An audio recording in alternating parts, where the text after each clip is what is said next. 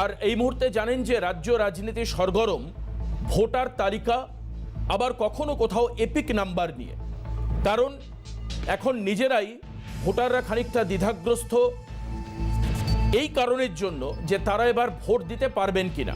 আমরা দ্য ডিবেটে আলোচনায় যাব এবং আলোচনায় আমরা তুলে ধরব এই ভুয়ো ভোটার ইস্যুতে কি ভাবছে রাজ্যের শাসক দল, কি বলছে বিরোধীরা।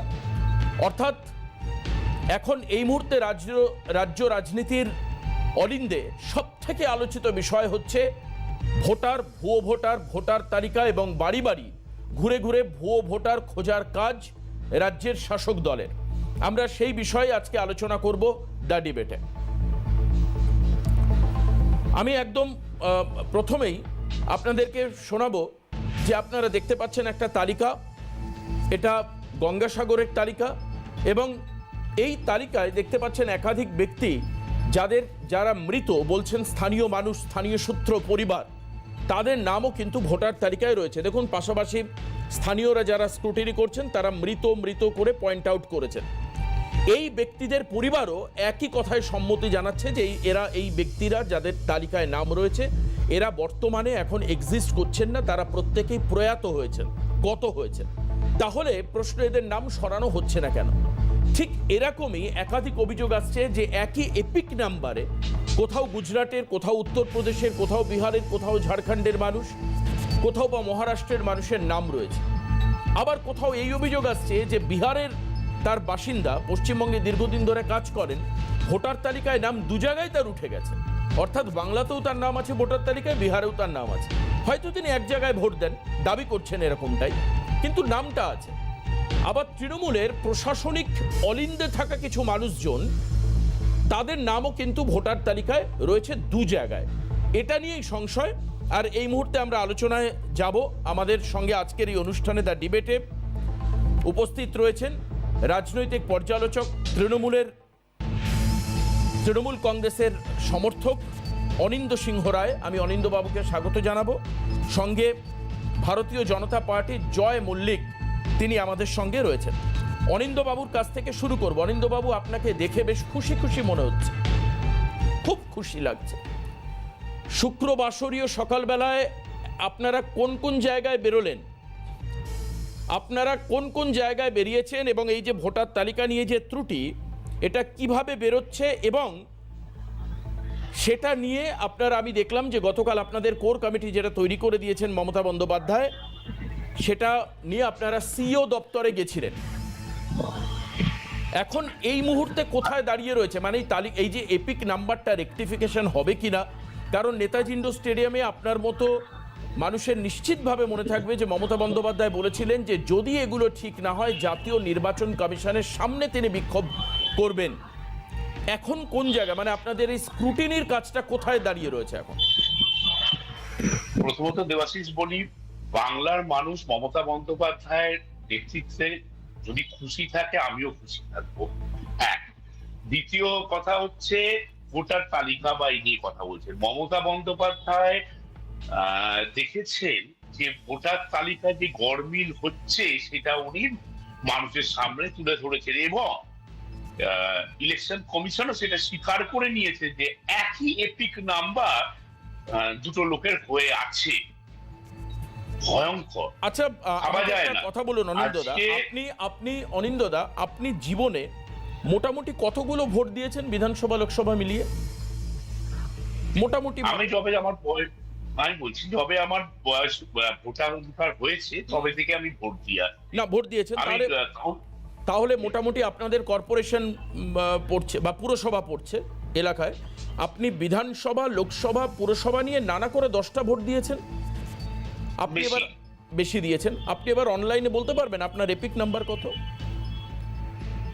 না, আমি অথবা দাদা একটা মিনিট, আপনি একটু সহানুভূতিশীল, আমি একটা লাইন বেশি বলতে পারবো, এই হচ্ছে বিষয়। আপনি আমাকে একটু বলুন যে এর কখনোই কোনো প্রিজাইডিং বা কোনো পোলিং অফিসার কোনো মানুষের এপিক নাম্বার ভেরিফাই করে ভুল দেখে তাকে ভোট দিতে বারণ করেছেন? এরকম কোনো ঘটনা আপনার যদি জানা থাকে আপনার ক্যারিয়ারে, মানে ভোটার যতদিন হয়েছেন বা রাজনীতি করছেন। তৃতীয়ত হচ্ছে এই যে এপিক নাম্বারে দুজনের নাম থাকলেও এপিক নাম্বার হচ্ছে একটা এমন নাম্বার যাতে তার আইডেন্টিফিকেশন থাকে, কিন্তু মেন বিষয় হলো হচ্ছে পিকচার আইডেন্টিফিকেশন কার্ড। একজন যিনি ভোট দিচ্ছেন তার ছবি, তার নাম, তার বাবার নাম, তার পার্ট নাম্বার থাকলে সেই ব্যক্তির সঙ্গে তালিকা মিলিয়ে যারা বিভিন্ন পলিটিক্যাল এজেন্ট থাকেন তারা টিক দেন, প্রিজাইডিং অফিসারও একটা টিক দেন, তারপর সেই লোকটা ইভিএমে ভোট দিতে যায়। এই ক্ষেত্রে এপিকের প্রসঙ্গটা আপনারা তুললেন কেন? আমার প্রশ্নটা এটাই, এই কারণের জন্য আমাকে এতটা কথা বলতে হলো। না দেবাশিস, আমি বলি, আপনিও নিশ্চয়ই ভোট দিয়েছেন, আপনার ভোটার কার্ডটা একবার বার করে আপনি দেখুন। আপনার যে ভোটার কার্ডে যা ফটো আছে হয়তো আপনি চিনতেও পারবেন না নিজেকে যে এটা আমি। এরকম ফটো দেখে চিনতে যায় না। আমি যদি কোনো ভোটার কার্ড নিয়ে কোনো জায়গায় যদি যাই এবং সেখানে আমি যদি আমার কাছে কার্ডটা থাকে, তাহলে সেই জায়গাতে আমার যদি অ্যাড্রেস সেই এলাকার হয় তাহলে আমাকে ভোট দিতে বাধ্য। এটা আমরা আশা করছি বিজেপি এই জিনিসটা করেছে দিল্লিতে এবং মহারাষ্ট্রে। কি করেছে? প্রচুর পরিমাণে নাম তুলেছে, অনলাইনে প্রচুর পরিমাণে নাম তুলেছে। আপনাদের চ্যানেলেও আমি বারবার বলে এসেছিলাম যে এত মাসে এত লক্ষ নাম উঠেছে, সেই সংখ্যা আমরা বহুবার বলেছেন। তো আমাদের বক্তব্য হচ্ছে যে ভোটার ন্যায্য সে ভোট দিক, বাইরে থেকে নাম তুলে, অনলাইনে নাম তুলে ভেরিফিকেশন না করে এসে ভোট দিয়ে চলে যাবে, এটা তোমার গণতন্ত্রের পক্ষে বোধহয় মেনে নেওয়া উচিত নয়। আপনিও নিশ্চয়ই চাইবেন না এটা হোক। তো মমতা বন্দ্যোপাধ্যায়, আপনি কেন, আমার পাশে যে আপনি আমার সঙ্গে যিনি রয়েছেন বিজেপি, তিনিও চাইবেন না যে কোনো ভুয়ো ভোটার এসে ভোট দিয়ে যান। তাহলে সমস্যা কোথায়? মমতা বন্দ্যোপাধ্যায় যে অভিযোগটা এনেছেন সেটা কার্যত আমাদের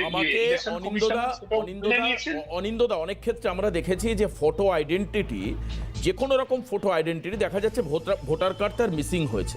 অনেক ক্ষেত্রে দেখা যাচ্ছে ফটো আইডেন্টিটির মধ্যে যেরকম ধরুন আধারে আপনার ফটো থাকে, ড্রাইভিং লাইসেন্সে আপনার ফটো থাকে, প্যানে আপনার ছবি ফটো থাকে, এগুলো দিয়েও অনেক ক্ষেত্রে একটা অল্টারনেটিভ বা সাবস্টিটিউট ওয়েতে মানুষের পরিচয় জানতে পারা যায়। আমার কথা, ভোটার কার্ডটা নিয়ে আপনারা আপত্তি তুলতেন, ঠিক আছে, যেমন ধরুন আপনাকে হয়তো ছোটবেলা একরকম দেখতে ছিল, এখন অত্যন্ত স্মার্ট সুন্দর লাগছে দেখতে, কাজে ভোটার কার্ডের সঙ্গে আপনার আগের ছবিটা মিলছে না। এই যে জায়গাটা আপনার একটা কনফিউশন তৈরি হচ্ছে, এই ছবিটাকে আপনারা ডিজিটালাইজড হতে নতুন করে ছবি তোলার দাবি করতে পারতেন।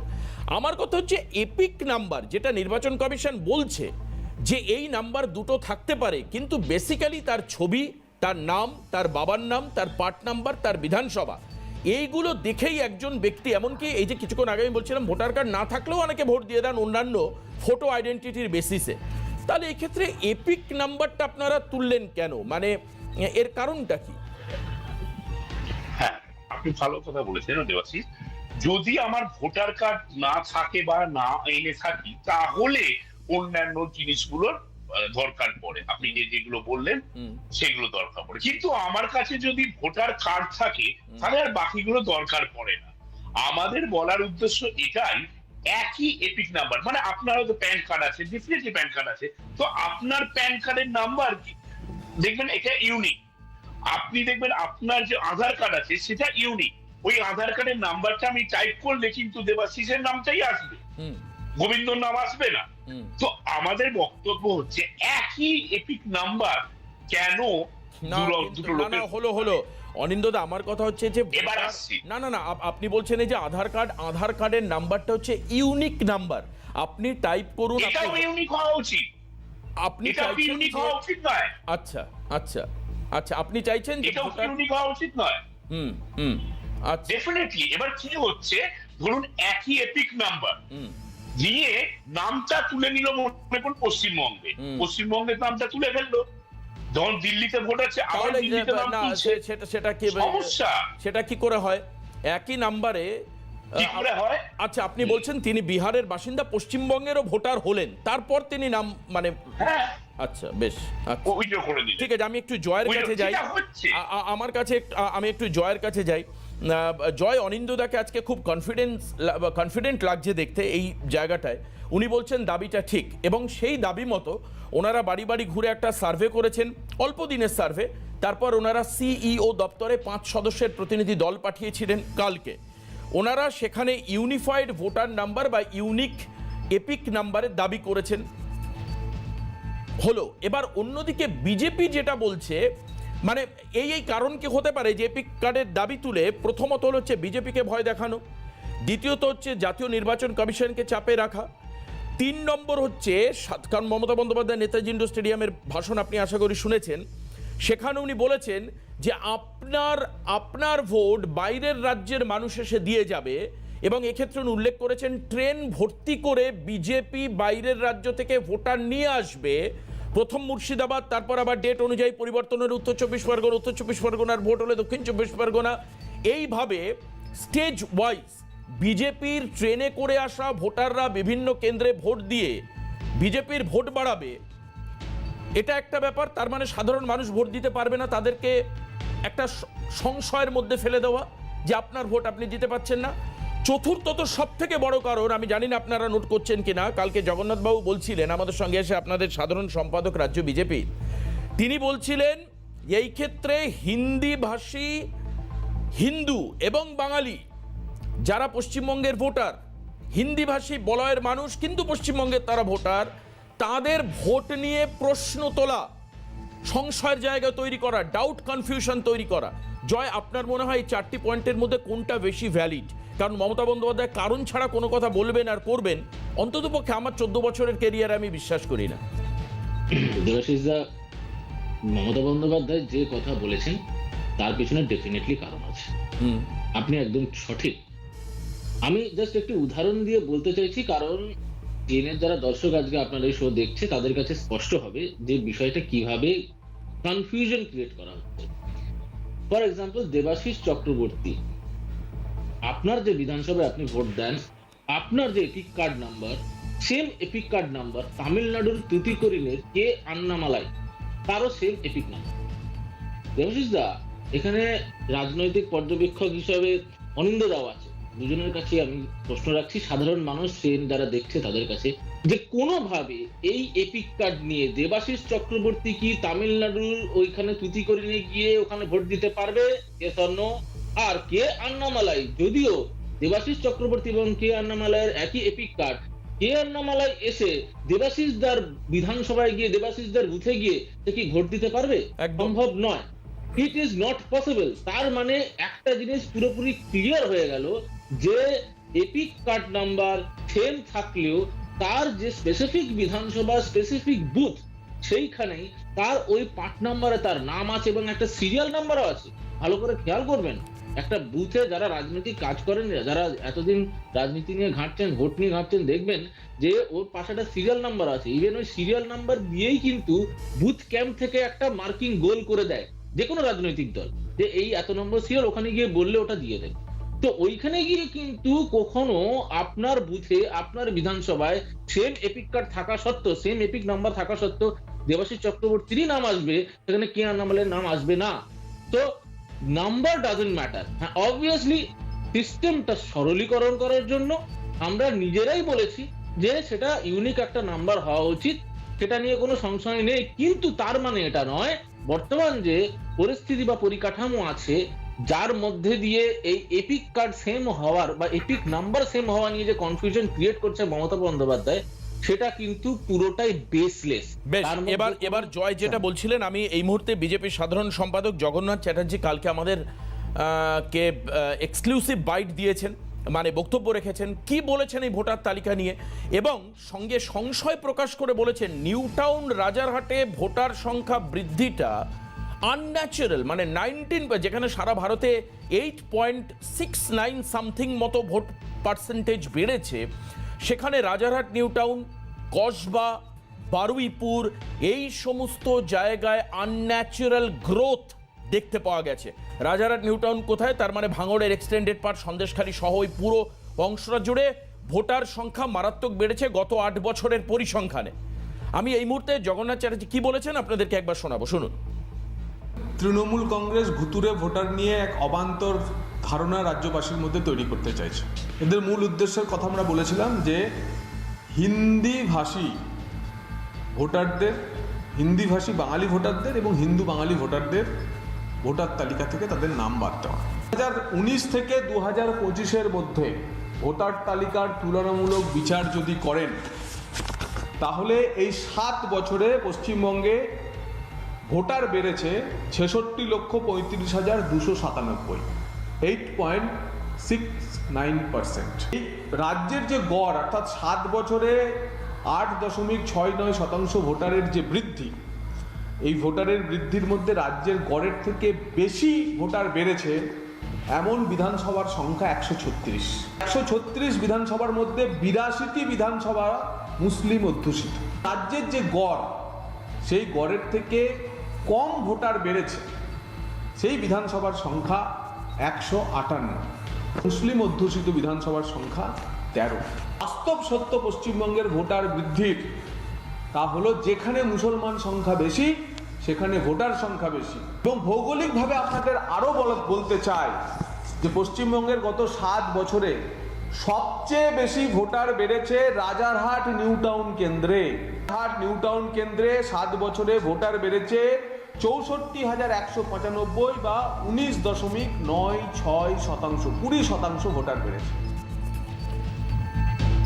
এই যে বিভিন্ন কেন্দ্রের আনন্যাচারাল গ্রোথ, এটা নিয়ে অনিন্দ্য সিংহ রায় কি বলবেন? এবং পরবর্তী সময়ে অবশ্যই আমি জয়ের কাছেও আবার যাব। জয় মল্লিক আমাদের সঙ্গে রয়েছেন, বিজেপি মুখপাত্র, দুজনের কাছে যাব। আপনাদেরকেও বলবো সঙ্গে থাকতে। ডায়াবেটে ছোট্ট একটা বিরতির পর ফিরে আসবো। অনিন্দ্যদা, আপনার কাছে যাব। আপনার কাছে যেটা জানতে চাইবো যে এই যে বাড়ি বাড়ি ঘুরে এপিক নাম্বার তো ঠিক হচ্ছে না, এপিক নাম্বার বাড়ি বাড়ি ঘুরে তৃণমূল নেতারা ঠিক করতে পারবেন, এটা নির্বাচন কমিশন, জাতীয় নির্বাচন কমিশনের কাজ।